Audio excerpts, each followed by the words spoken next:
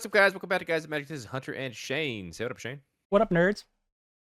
We are back. We are missing 2 members, but we have day jobs, so what can you do? What can you do? Um, but we are back with another day of Fallout spoilers. That's right. Continuing on with this Universes Beyond set coming into Magic the Gathering. We got some new spicy spoilers to talk about today. So before we get started, I just want to remind everybody to hit that like button and subscribe. Like 50% of you watching this video aren't subscribed. What are we doing? That's crazy. Come on, guys. Come on, guys. So let's go ahead and just start it off with this first spoiler. This first one is Watchful Radstag. It's 2 and a green for a 2/2 creature elk mutant. It's got evolve and says whenever Watchful Radstag evolves, create a token that's a copy of it. So this can get a hand very quickly. Yeah, I would say so. Yeah, something like this with like maybe Urboresk's Forge, that thing that makes a creature come in every time there's an oil counter every turn. Yeah. So that'll get bigger, which makes this thing grow, which makes the other things that it created grow, which make more things. It's like yeah. It's like what's the stupid like Scoot Swarm but with evolve. Scoot elks. Scoot elks, dude. This card's pretty nuts. You're gonna see this being played in some dumb green decks for sure. This looks like tokens and counters. Yep. I am all here for Watchful Radstag. Plus, it's just rad, dude. With this. You know, David made the joke the other day about this is going to go into my elk tribal. We're getting there. Got another elk here. I don't know. Seems pretty good. Let's move on to another card. It's Nuka-Nuke Launcher. It's 2 generic mana for an artifact equipment. It says equipped creature gets +3/+0 and has Intimidate. If you can't remember that, it can't be blocked except by artifact creatures and or creatures that share a color with it. It also says whenever equipped creature attacks until the end of defending player's next turn, that player gets 2 rad counters whenever they cast a spell. Equip cost of 3. Interesting. That's a cool card. Yeah.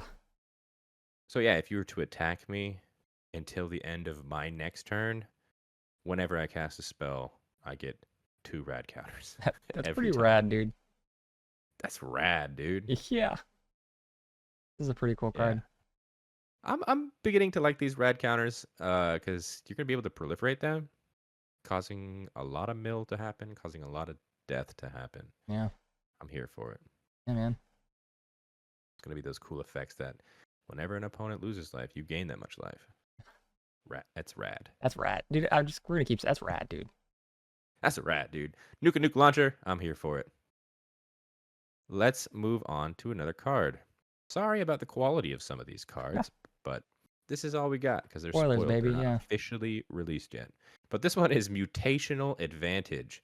1 a green and a blue for an instant, and says permanents you control with counters on them gain hexproof and indestructible until end of turn. Prevent all damage that would be dealt to those permanents this turn, and proliferate.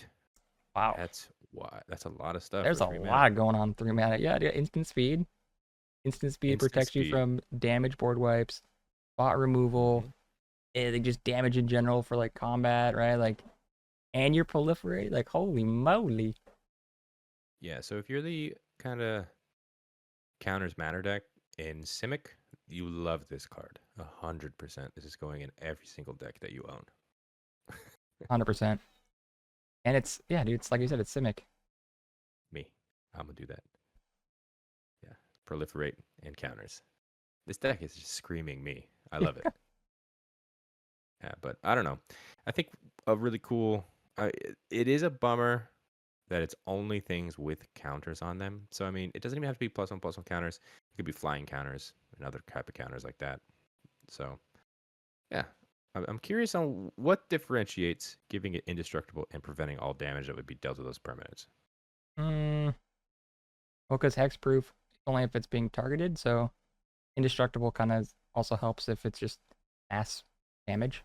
Oh, I know that, but what's the reasoning for the second sentence of prevent all damage? Got it. If you're already indestructible, what's preventing? True. I don't know. I'm sure someone will help us. Yeah, comment down below. I'm kind of confused. Maybe I'm just not the brightest on this card. I don't know. I like this card. I think it's going to see play and expect this card going forward and maybe some counters. Maybe. Themes matter decks. Who knows? This next card is Bloatfly Swarm. It's 3 and a black for a 0/0 creature insect mutant. It's got flying, and it says it enters the battlefield with 5 +1/+1 counters on it. And it says if damage would be dealt to Bloatfly Swarm while it has a +1/+1 counter on it, prevent that damage, remove that many +1/+1 counters from it, then give each player a rad counter for each +1/+1 counter removed this way. Interesting. So if you can, I think if you can get more counters on this, you're really going to start giving a lot of people a lot of rad counters quickly, including yourself. It's gonna be super rad, dude. It's super rad. As long as it doesn't die, just continue to block with it, right? Proliferate, get that more counters, find other ways to give this counters, and then just keep blocking and giving everybody rad counters. Yeah, it's I don't pretty know. cool. I'm here for it. I like it. I'm here for it too. Moving on to the Battle of Hoover Dam. It's 3 and a white for an enchantment. It says, as Battle of Hoover Dam enters the battlefield, choose NCR or Legion. NCR says, at the beginning of your end step, return target creature card with mana value 3 or less from your graveyard to the battlefield with a finality counter on it. And also Legion, which means whenever a creature you control dies, put 2 +1/+1 counters on target creature you control. That's cool. It is cool. Get a choice there of whatever you're kind of doing in game. Yeah, it's You can they're only choose really one though. they're really I think the third time we're seeing finality counters being printed. They really like these counters, I think, dude. Back to back to back sets, by the Yeah, way. yeah. They're here to stay, it sounds like. It definitely, and it's only on one card. Oh, for this set? So far, this is the only one, and then the last set, Mirko, That's true. that only had one finality counter. I mean, Well, only maybe the they're only testing card it in the then. entire set with finality. I mean, I guess like it's always been a thing, right? They just never called it something until now. Yeah. So This is cool though, dude. Good recursion. Or and then if you or the don't want to counters do thing. the recursion, yeah, I like the flexibility. it is nice. I'm here for it. Moving on to Recon Craft Theta. It's 4 generic mana for a 4/4 artifact vehicle. It's got flying and says when Recon Craft Theta enters the battlefield, create a 0/0 blue alien creature token. Put a +1/+1 counter on it. And whenever Recon Craft Theta attacks, proliferate. Got a crew cost of 2. That's cool. Yeah, dude. I like it too. I It's think a vehicles are getting better and better. Yeah, no, I would agree. I was gonna say it's a bummer though that they don't let the person that you're creating through the vehicle. Like I'm guessing they're saying that, this is coming into play and then you're kind of like creating the alien that would maybe be in the craft. But now this alien can't crew the craft yet. Yeah, until this attacks. And Yeah, then it can crew it the next time. yeah. Maybe there's some kind of lore behind that, but that seems weird. But I Yeah, do like Shane this and a I lot. are not the Fallout players, so if you are a Fallout player and you know the lore behind the thing not being able to crew this yet, comment down below. We're interested. Also, just anything that we talk about, I apologize. We are not, well versed at all. David is the guy, and he's not here. And he's still even kind of like half guy. He's always like, oh yeah, I played some of them. Mm-hmm. Cool card though. I Hey, like go this back. card a Yeah, lot. cool card. Yeah. Proliferating on a vehicle, that's bad. That is rad. Except no rad counters. So, is it that rad? Let's move on to this next card. It is Struggle for Project Purity. 3 and a blue for an enchantment. It says, as it enters the battlefield, choose Brotherhood or Enclave. Brotherhood says, at the beginning of your upkeep, each opponent draws a card. You draw a card for each card drawn this way. Or Enclave, which means whenever a player attacks you with one or more creatures, that player gets twice that many rad counters. I'm probably picking Enclave because I just don't like my opponent's drawing. I get it, Even though you're going to be drawing 4 cards every time your upkeep, which is pretty cool. I mean, like after your draw phrase. Yeah. But It just sucks though, like you said, yeah. I don't want to give you advantage to give me. I mean, everyone's winning here, but it's like, what? I mean, in a pillow fort deck, maybe you'd want to do something like this because you're like, guys, I'm not the problem. I'm giving you card Yeah, advantage. Keep me alive. it's pretty insane card advantage though. If you are letting your opponent draw a Yeah. card, you draw a card at the same time. 4 cards every time your turn kicks off. You're gonna be a problem quickly. That is very true. But also incentivizing people to not attack you seems good too. It's like, okay, depending on how bad rad counters are, we haven't actually played with them yet, so we don't fully know. But I mean, people might just attack you regardless. So, card's interesting. I don't really know how to evaluate it. Yeah, that's true. I mean, they're not gonna want to take that much damage if they're attacking you with 3 creatures. They get 6 rad counters. Yeah, that's Yikes. true. That is true. But yeah, I think it's a cool card. I like these cards where it lets you choose for the enchantment as it comes down. Yeah, Pretty big neat. fan. Let's move on to a land. It's Mariposa Military Base. It says you may have it enter the battlefield tapped. If you do, you get 2 rad counters.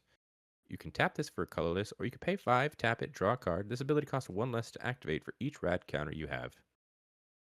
Interesting. Is this going to be a new thing? Like, this is a rare land that lets you do things if you enter tapped. I So hate that. So that's going to be new. If the land is really good and it makes you do a thing, but the stipulation is enter tapped, I think that's an interesting card design. It's very interesting. Like penalizing yourself to not penalize yourself because Slow down. yeah, I'm guessing you're trying to do this right because just tapping this and drawing a card seems insane. You know what I mean? Like that's probably like the best case scenario. Tap a land, draw a card. But Yeah, but you're hurting losing yourself in the process. 5 life. Yeah. Can you get rid of I don't rad know. though, right? Yeah, you can. Every It's the time mill. that you mill a card That's right. that's a That's right. non-land permanent, you go ahead and get rid of a rad counter. Right. So for this land to be relevant, you gotta continually give yourself rad counters. Interesting. Mm-hmm. Yeah, I mean, it also is an Arch of Eroska. It's kind of strictly better than that because the Arch of Eroska comes in, you can tap it for colorless, and you can pay 5, draw a card, but only if you have the City's Blessing. So technically, this is the exact same cost, minus the fact that you need the City's Blessing. Yeah, you can just get rad, dude. Or you just don't even get rad and just pay the 5. That's true too, I guess. I don't know. Cool card. Interesting card design. Interesting card Excited design. to see more things similar to this. Same. Next up, Raging Yao Guai. It is X and 3 green for a 2/2 creature mutant bear. It's got vigilance and trample. It also says it enters the battlefield with X +1/+1 counters on it. And whenever it enters the battlefield, destroy any number of target artifacts and or enchantments with total mana value X or less. Huh. Wow, that's pretty wild. I mean, how much do you have to make? How much do you have to pump into this to make it worth it? You think? Right. Well, if you pay 7, right, you're Right. having this come in as a 6/6 with vigilance and trample, and then you get to destroy mana value X or less, meaning 4 X or less. 4 is a good number. I think most enchantments. Yeah. Destroy any number. So Yeah. So it's kind of like a good board wipe that leaves you with a creature. you can kill. Yeah. You can kill 2 soul rings and a mana rock. Maybe that's not as good then. Yeah, it's interesting for sure. I don't know. Yeah. Cool though. We'll see. We got a mutant bear. We do. Let's talk about the last card today. It is Atomize. It's 2, a black and a green for an instant. Destroy target non-land permanent. Proliferate. Straightforward. Straightforward. Is 2 extra mana worth that though? The proliferate ability? I think so. Yeah. You think so? I think so. It is cool. I like it. But could this have been 3 mana and still been okay? I feel like that might have been pushing it, dude, honestly. I think this is upsides, like, yeah. No downsides. Yeah, 2 upside, yeah. I think 3 would have definitely made this just bonkers good, and we would have been talking about this like crazy. I think 4 is just kind of making it like appropriate on par or whatever. Doesn't seem OP, doesn't seem underwhelming. Yeah, I think it's I think it's pretty good. I don't know if it's going to take a slot over any of the other spells that target non-land permanents. You're Maybe playing in, like I said, proliferate. this Yeah. proliferate decks. Yeah, especially the deck that this comes from. That's Yeah. all about rad counters and a whole bunch of proliferating. I can tell you I right think the now, deck is like, really cool. what did I play? I played like an infect deck or something where I put in a 5 mana destroy target non-land permanent proliferate. So like, if I was playing Golgari, I would definitely put this in there. Yeah, for sure. I get that. But yeah, look at this guy get blasted with a plasma rifle. Bah. Blah, he dead. All right, that is going to do it for us today. If you guys like this video, hit that like button, subscribe to the channel if you haven't done so already so you keep up to date with everything that we got going on. Like I said, a lot of you aren't subscribed, so what are we doing? In the description, you will find links to our social media accounts. That's TikTok, Twitter, and Instagram. It's at Guys That Magic for each one. Follow us on those. On the screen right now, those are all of our Patreon subscribers. Thank you guys so much for your added support. It means so much to us. You don't even know. If you guys wanted to see what they are seeing, which is extra content that's not seen here on YouTube, check the description for our Patreon link and consider subscribing. And until the next video, hope you guys have a great rest of your day. Peace. Bye.